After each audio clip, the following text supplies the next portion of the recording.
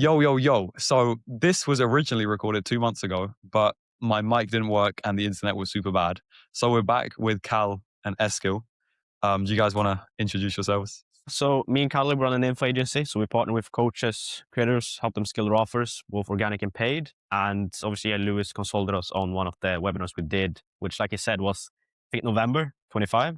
But last November podcast got cooked. 25 is crazy, but it was a crazy webinar, which is why I was like, we have to hop back on, do a podcast style talk about kind of webinars in general, because you guys obviously kind of learned some stuff from me. You've helped with kind of the paid side of things as well. But how much did the webinar do?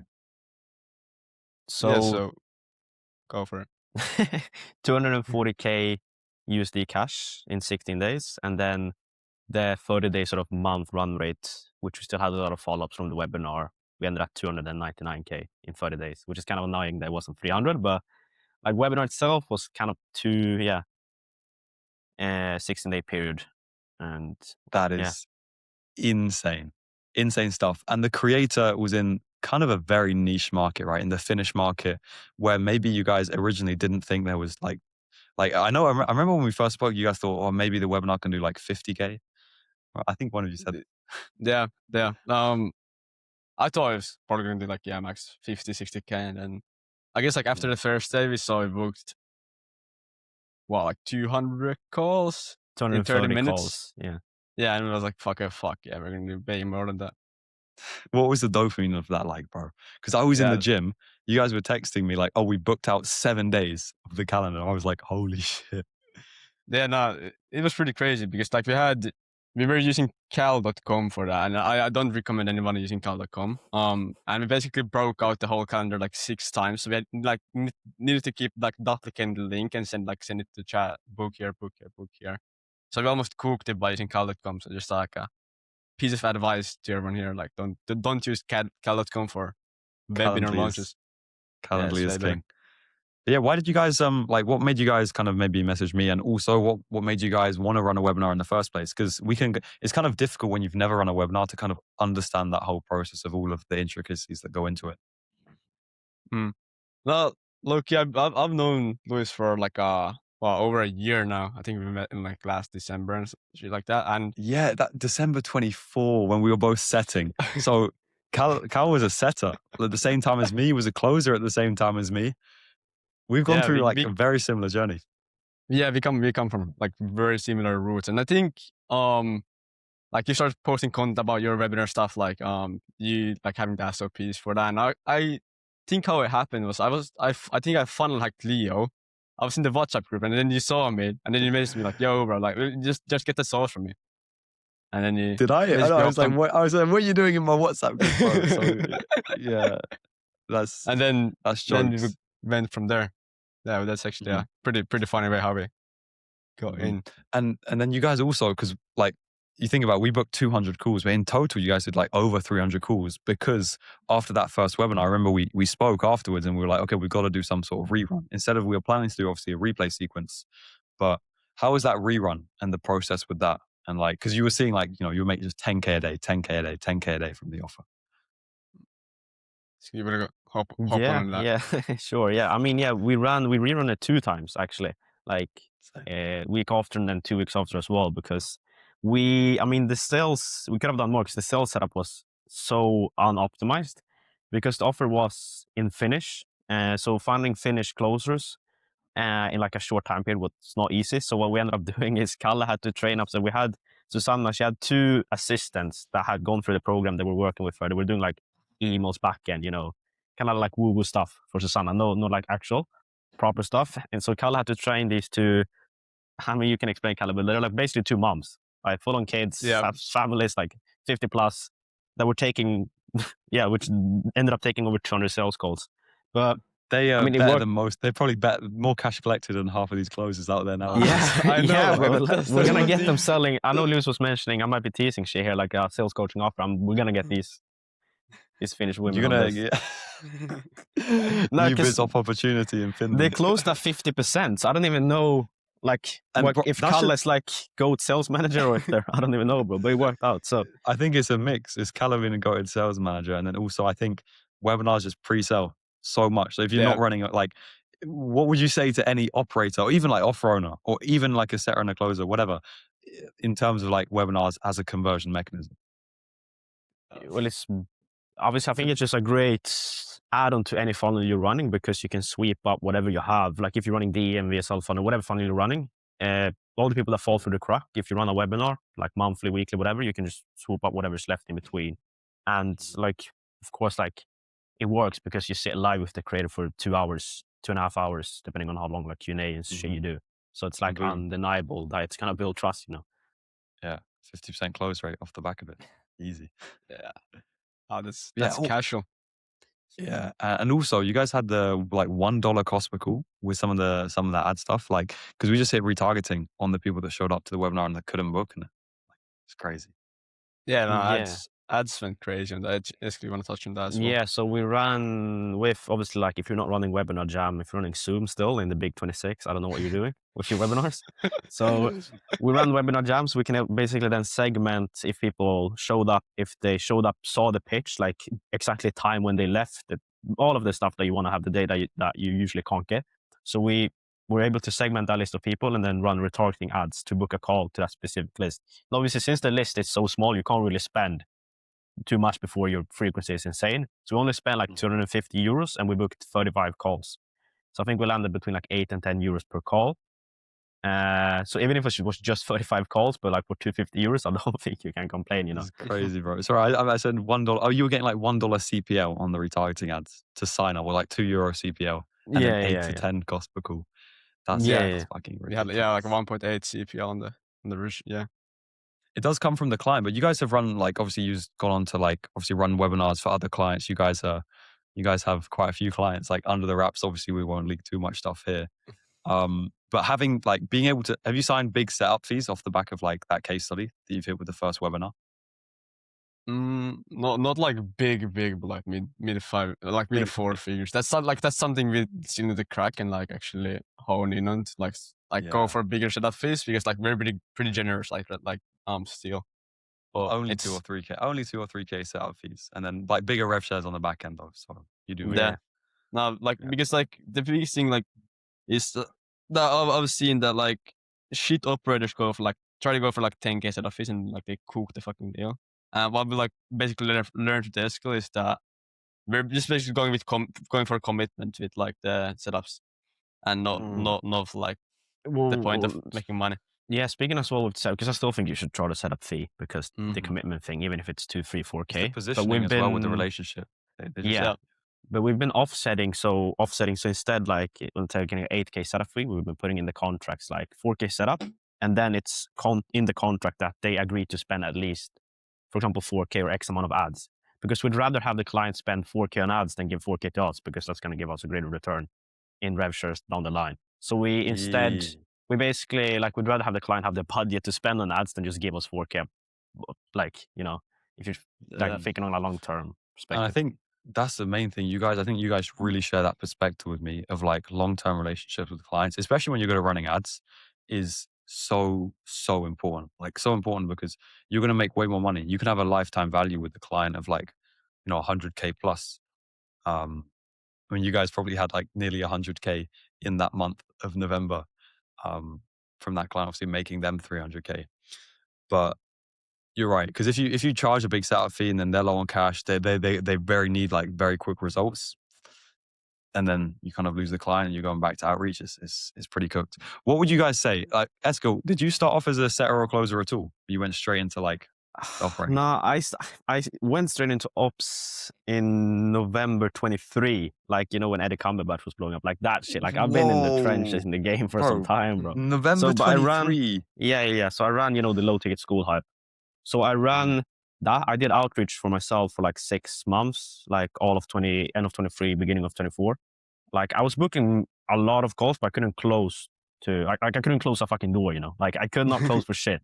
So what I ended up doing is I started partnering with another operating agency because like I was booking hella calls, couldn't do anything with the calls. So I started working with them. So I did like sales setting closing, but like B2B essentially. So I managed their outbound and sales essentially. You're lucky you or never like went through the outbound. trenches, bro. Yeah. And then I went into ops for them, so like doing operations with their clients, and then I started doing my own shit like end of 24. Yeah. I say you never went through the trenches, but you've done like all of that outreach. But it's kind of like setting and closing. I know maybe Cal is a better person to ask. But what have you got a message for any setters and closers watching this? As quick note before I hop on that, I still have PTSD from the many chat notifications, you know. But, Oh, that sound. Yeah.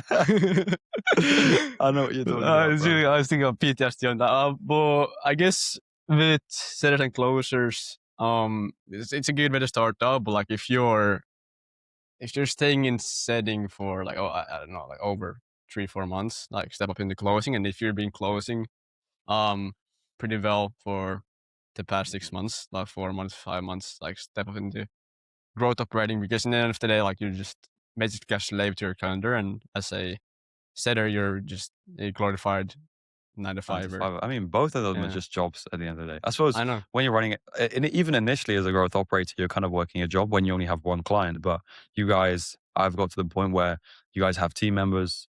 We spoke a little bit about hiring off camera and stuff like that. But you guys are running an agency now with clients. You're running a business where, you know, if you wanted to take 2 days off, you would still be making money. Clients would still, you know, be bringing in payments. Yeah. To a certain level. 100%. Yeah. Because I- closing, sorry, go ahead. No, I just want to touch on that as well. Like, just to give you guys perspective on like, start of this year, I was like sick for a week. I probably worked for like 1 hour for the period of 7 days, and I still made a decent amount of money in the entire, even though I didn't work for, I probably worked for like 2 hours in 7 days. And as crazy. a setter, if you didn't work for like 7 days, you would be out of the team, cooked, back in the trenches, like outreaching for positions, or even as a closer. So, And just as well, you rely so much on the offer. You rely, you know, if the offer, you've been a setter where the offer's just gone to shit, and it's like, well, what can you do? But as an operator, you control. You have everything. As long as you have a good relationship with your client, you control what funnel is run. You control the ads. You control the ads. You control, you know, the closing team to make sure things are going well. So it's actually your responsibility. What would you? 100%. I think. What was the biggest thing you had to learn kind of going into operating? Just like, because obviously I helped Cal and Eska with the webinar, but I think we can definitely drop some like combined source on like going from setting and closing to operating. Biggest thing I Yeah. had to learn. Think like one, like think like client communication is something like that. That's like pretty slept on. Like a lot of The people, relationship. yeah, like building actually the relationship, and like, we have like really good relationships with our clients. Like we just did like 2 client interviews in December, in-person interviews, and like both of them said like, just think about where we are now and think about where we would be in 5 years. Right. So like they're thinking of it as like a long-term partnership as well. And I think that stems from just like being really good at like communication with their clients, and like being really upfront with stuff, like not hiding anything, and like having like fast response times as well. Yeah. I think it's so important. And also like the positioning when you go into the relationship. Right? Yeah, no, That's 100%. a bit, but it's like if you go into a relationship and you're like, I'm going to do everything for you, instead of like getting a good setup fee, getting like, you know, making sure that they know what's going to happen. And I mean, yeah, case study is also really, really important in terms of building like you guys now off the back of like a 300K in 30 days, like who is not going to be wanting to work with these guys? And also some people say like growth operating is saturated, but I'm seeing like new people come into the game like all the time signing clients. And most of the time it's like an identity thing, or like because Cal and both of you, I remember Esco, I spoke to you like maybe it was like over summer as well, or Yeah, I'm like not sure August, exactly when. September, yeah. But you guys have had no problem from what I've seen of like just believing that you guys are like, you know, you're young, 17, 18 years old. No fucking problem in saying, yeah, we can do this and we are going to sign clients. We're just going to get the systems in place for outreach, and we're going to deliver on a webinar, and we're going to deliver on this. So it's like a lot of the time it comes to self-belief, and you see these closers and you see these 25-year-old closers who've been closing for 4 years with no less self-belief than, you know, teenagers. Yeah, no, it's Yeah. you gotta have like the, I guess not delusional, but like that crazy confidence that you can actually fulfill on what you say, and then you can basically do anything. So Yeah, 100%. just And that's for, volume, like, volume, volume. You know, exactly. You reps in know the that game. better than anyone, bro. Reps in the It's game, insane. bro. Like, because that's also one thing, especially if you're watching this as Zero Closer, like, and you're getting into operating, like, you got to give it time as well. Like, 100%, like, you can definitely get crazy results in a short time period, but it's different, obviously. Kind of like you said, you're going from, yes, quote unquote, glorified employee, but being an employee also means you have less responsibility and less risk. So going into like ops, you can't expect it to take a month and you're making 10K. Like, it's possible, of course, but like, you also then switching the beliefs, but also then switching the beliefs to like, no, I'm actually working for myself and not for someone else's offer, which means, yeah. A And lot of says, sorry. go, yeah. No, I was just gonna say like and also like just from stepping up from like closing the setting, also a big thing. For the guys that has not been kind of proactive with their stuff like before that, you need to like start being proactive, because like then you're gonna be working on your own schedule and you're not gonna be tied to like other people's schedule. So you gotta actually like fucking locked in and like actually have Disciplined. passion and Exactly. discipline on what you do. Exactly. It's also like there's so like everything relies on you. And a lot of like when I was starting to get into setting, I thought, holy shit, I'm doing so much. I know. I thought I was doing the most, bro. I thought I was the best entrepreneur. Bro, I wasn't even an entrepreneur. I was telling my family, yeah, I'm doing this. Yeah. But it's pretty crazy. I'm DMing B2C leads on this IG account, bro. I swear, bro. It's business. Yeah. It's my crazy business model, but we can't be mocking it too much. Everyone's got to start somewhere. I think Yeah, setting and closing is the best way to start. Maybe like I would even say like if you know the info space a little bit and you're confident in yourself, just go straight to like the marketing side of things. But sales is an amazing place to start because you see the inside of all the kind of info businesses. Calla, one thing is like you worked with some big offers, right? When you were a Yeah. setter and a closer, just seeing the inside of how it works. You can just apply it to your own, like instead of being the one getting hired, you're the one making the hires. And it's just a simple switch, but it Yeah, comes no, from obviously 100%. landing the client. No, 100%. I was like when I was working for just like I worked for like Sam Millsap and then like other bigger guys like Sean Frimpong, and stuff like that. And like I was deep in their funnels, like trying to learn the shit that like what's going in the back end. But when you look I at it even- now, do you think they weren't doing them? They weren't like, they didn't have very good funnels. They didn't have very good marketing. No, like they were Exactly. fucking cooked, bro. Like Sam Millsap we was were, I running- remember. No, let me hold on. I Yeah, remember okay. we ran a webinar for Sam Millsap, and instead of pitching Bouquet Call or Direct Card, the CTA was DM me keyword on IG. No way. Like See, you know, so like, yeah, they run a full webinar and then CTA to DMs, well, which was pretty generous, like to me, because I was the DM setter. I got like I made like 4K out of like in a week out of that webinar, but like I don't know like what the fuck is going on. man. And that's the thing. If you're a setter or a closer, or even like you're seeing these offers, you're working in the offers, and they're like, there's a big demand for good operators. I feel like, even when I started operating for Leo, like one of my clients, I was closing for him and I was still like doing a bit of extra things, telling him we need to do this, but his offer was cooked, bro. It's completely cooked. Like a lot of people were just in a position where they need someone to come in. But yeah, No, 100%. either way, I really appreciate you guys hopping on. Like we've been trying to organize this for a while, because obviously they're very busy with clients, and this webinar that they did was like, last year at this point. But guys, do you have any last words? Anyone who like, obviously you have access kind of like to all the licensing systems that I have, even people who want to learn how to run webinars, even like the whole acquisition side of things. Any last words to people who might be, wanting to work with me, or any advice to people who want to get into operating? Take the leap and work with Lou. It's cheaper than you think. You'll find it on the call with Lou. No, We're he's good for reverse his good anchoring the vibration. price here. Shit, I don't know if that's a He's good anchored thing, it bro. too low. Nah, obviously. Nah, but Lewis the GoPro. Thank you guys. But also, where can people find you? Because you guys, content is, you guys need to be locking in on the content as well. Yeah, bro, I know. It's coming. It's coming. It's coming. Famous last words.